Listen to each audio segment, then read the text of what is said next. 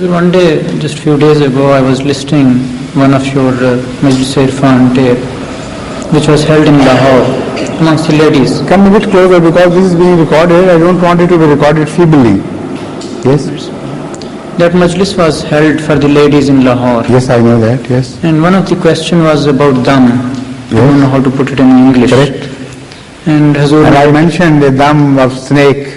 Yes, your own experience. Exactly, yes, that's that right. The snake was made available. Yes, that's right, yes. You did not get frightened. Yes. I wonder if you could speak a bit in details, please. On that subject. Could you please kindly speak on that subject in bit details? Because that was short. What is there which requires further explanation? If you pinpoint that, I'll speak only on that much. Because I took some time describing all this phenomena, and I proved it from traditions that this Damm, that is reciting of certain verses of the Holy Quran by way of prayers, and breathing on water or something which you want to give a patient immediately after that by way of blessing, and then to expect some relief of the patient from the ill that he or she is suffering. That is, in nutshell, the philosophy of Damm. That I explained and proved my point from the traditions of Hadith sallallahu alaihi wasallam, that once certain companions of his were out on a journey where they were left without food or water, and the tribes which occupied that region were hostile tribes. They attempted to get some food from there and they refused point blank. Then it so happened that their chief fell ill and suffered from very severe headache, which would not respond to their local treatments. And at that, somebody thought of these two wayfarers and thought that maybe they know some trick whereby this person could be, the chief could be cured. So they sent for them and they brought them back to their establishment, their village, or maybe temporary abode, and they knew of nothing except Surah Fatiha. And they read Surah Fatiha, recited it over a little water, and made him drink that water. So that is the incident which I quoted there. And when he drank that water, he was cured.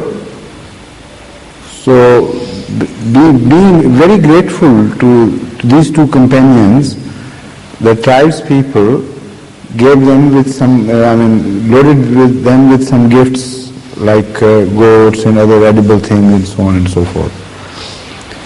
Now when they brought those things home, and a debate started between the two of the companions.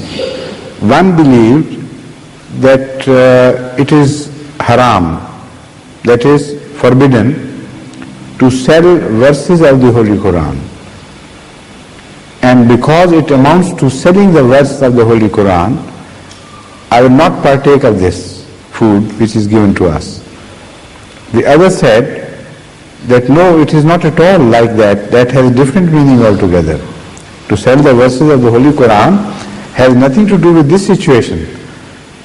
We cured them with the help of Surah Fatiha, and they gave a gift to us. That is no selling.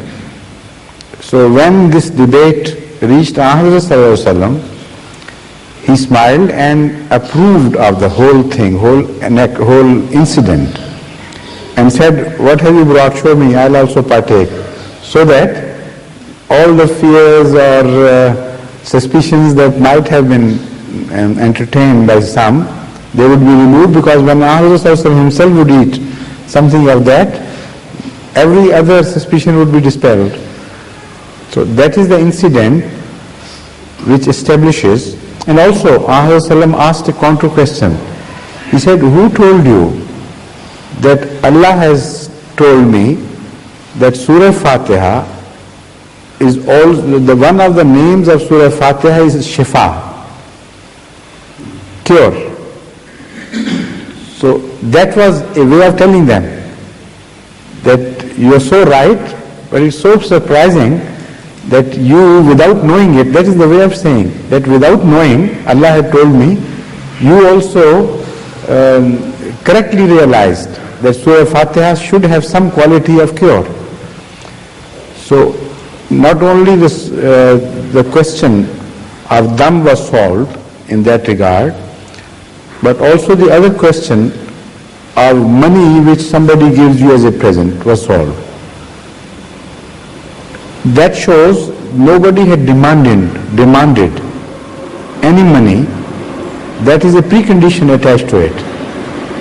So if somebody does Damm and does not demand any money whatsoever, offers it totally free of charge just by way of helping, it is possible that such a Damm would create beneficent, would be proved beneficent. And also, if somebody being obliged after this wants to give a gift, in principle that gift, if accepted, is legal. I mean, according to Islamic law, one can have no objection against such a transaction of a sort. I mean, somebody offers the benefit of Surah Fatiha or some other verses without any intention of getting any money against it, without any intention of receiving any benefit out of that. He does it only to convey a benefit to the other party. And if by their own by their own free will, having been pleased, they offer something, there is no harm. This is what has been established in this. But now Damm has been turned into a regular business. So the Ahmadis should refrain from such a thing, because it has become a regular business and so much hocus pocus has been attached to it that everything has lost validity. In fact, people have gone to such extents that crimes are being committed in the name of Damm. And there are certain Damms mentioned by the mullahs, so-called mullahs or peers here, more than mullahs, the peers are involved, which teach you how to commit a crime with the help of some verses of the Holy Quran. When things have gone wrong to that extent and totally carried beyond the pious intentions of Ahmad and his companions, then it is far better to abstain from such practices and be on the safe side, because otherwise you will be abetting this tendency. And also this Damm has become a superstition. Now this is another point which perhaps I didn't make clear in that session, which I want to make clear now. You draw your authority of Damm from that incident, but there the worldly treatments and efforts had failed, and the Damm did not obviate the need of ordinary human cures known to man. When all human efforts had failed, then Damm was acceded to, and because it had a sense of prayer in it, so Allah heard the prayer and cured the person.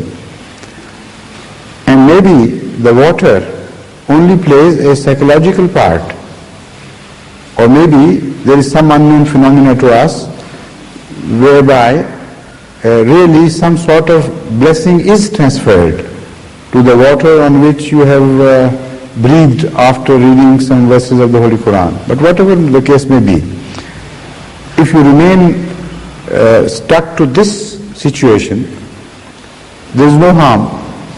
You have attempted to cure patients by all means available to mankind, known to mankind, or accessible to you, and then when you have failed, as an additional measure, you have access to Damm. There is no harm in that. But what is being done now is not this. There are people who are quacks, spiritual quacks, who declare to the ignorant people that when they suffer from a disease, they do not have to go to a doctor, to a physician of any sort. They have got cure for everything by way of breathing certain verses of the Holy Quran upon the diseased people or the diseased cows or other animals. And they charge the fees for that. This is their own personal interest in that. The result is that many a precious life is lost because of these malpractices. And this is what should be positively discouraged. Normal practice should be to have recourse to all the human knowledge of cure which is available to you or which is accessible to you. Having exhausted your resources, and even before that, you can continue praying. Prayer is a different independent phenomena. And if on top of this you have recourse to some Damm like Surah Fatiha, which has been proved authentic by this tradition, then there is no harm. But in the present circumstances, as I have mentioned, the malpractice has become so common and so prevalent in the Muslim society that it has become a great curse. In fact, religion Islam is being distorted in the name of these damduruds. I can quote one example, an interesting but very tragic example at the same time. Once my late uncle Hazrat Mirza Bashir Ahmad Sahib was walking home from Anarkali, where he had gone for some shopping. And at that time, immediately after the partition, we lived in a nearby building called Ratan Bagh. So it was a few minutes walk from Anarkali. So he met an old man with a long white beard who asked him for a rupee or so, because he said he was hungry and he required that much money. So he apparently was a respectable person. Bashir Ahmad Sahib immediately gave him 1 rupee. Although during that time a rupee was quite some money. Later on it became just nothing. But I'm talking of the early days after the partition.